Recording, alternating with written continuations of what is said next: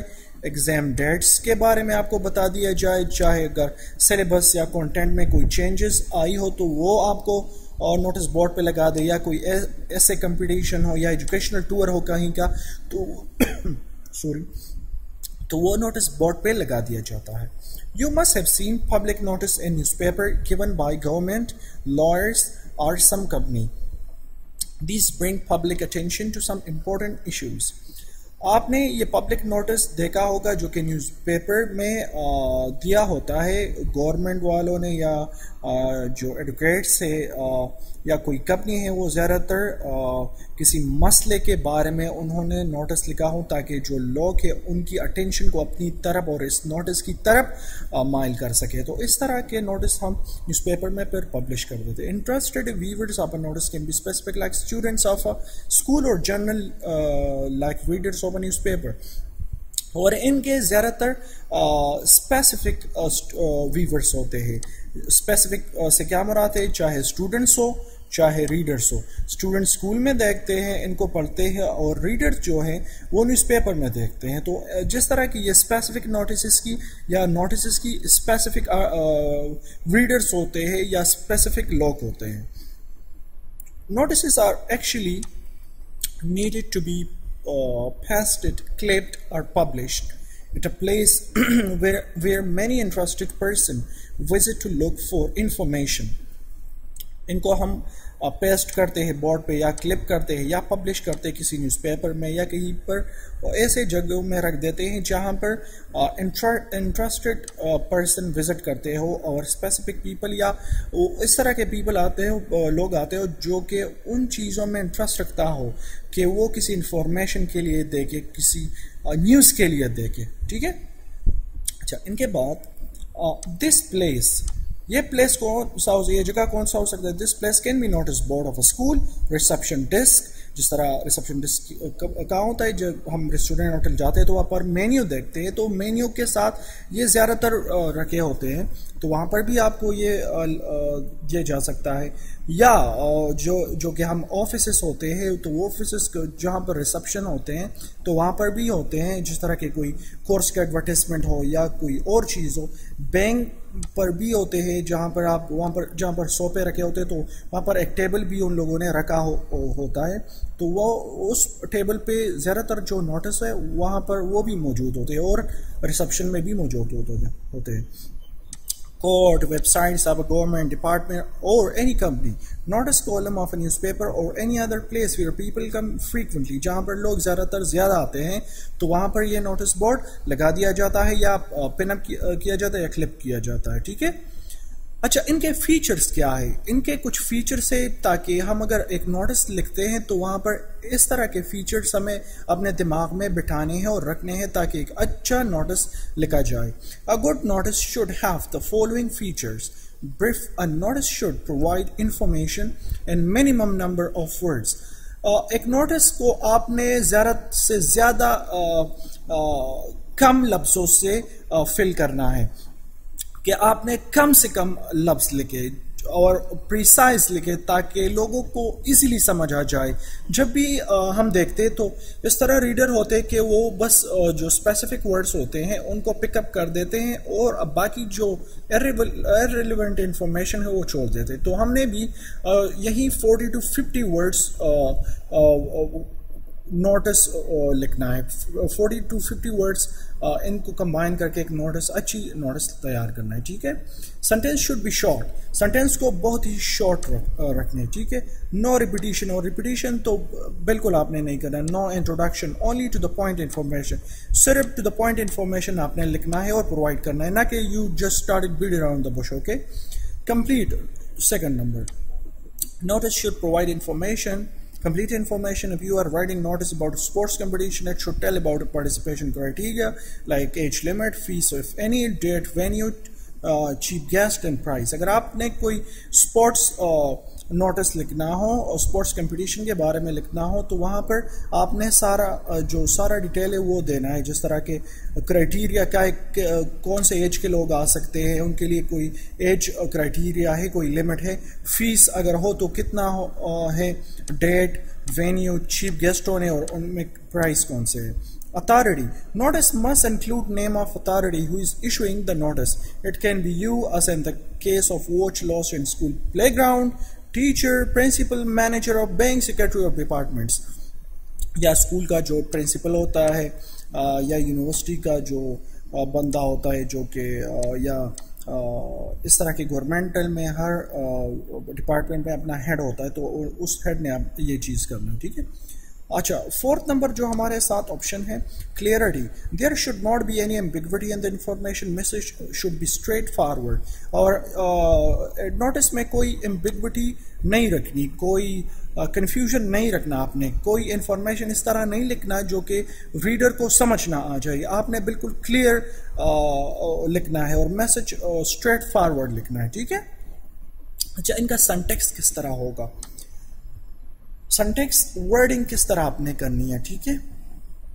A sentence has a notice has three parts: head, body and authority, contact person.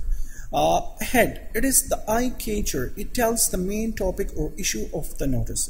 Head جو کہ یہ آئی catcher ہوتا ہے. آپ نے ہیڈ اس طرح چوز کرنا ہے جو کہ ایک ریڈر کو دیکھ اور اپنی طرف مائل کرے.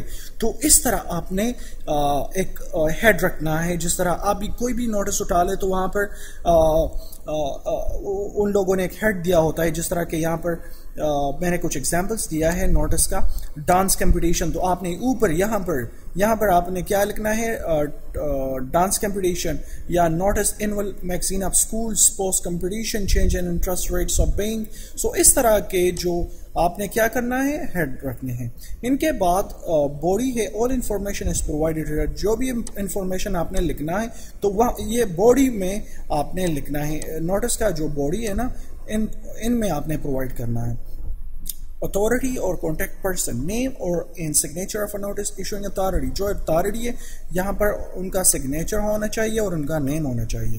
And should be included at the end, اور یہ آخر میں ہم لکھتے ہیں. ٹھیک ہے. If notice requires meeting with someone to submit name, paper or other thing, contact person, name, phone and meeting place and time should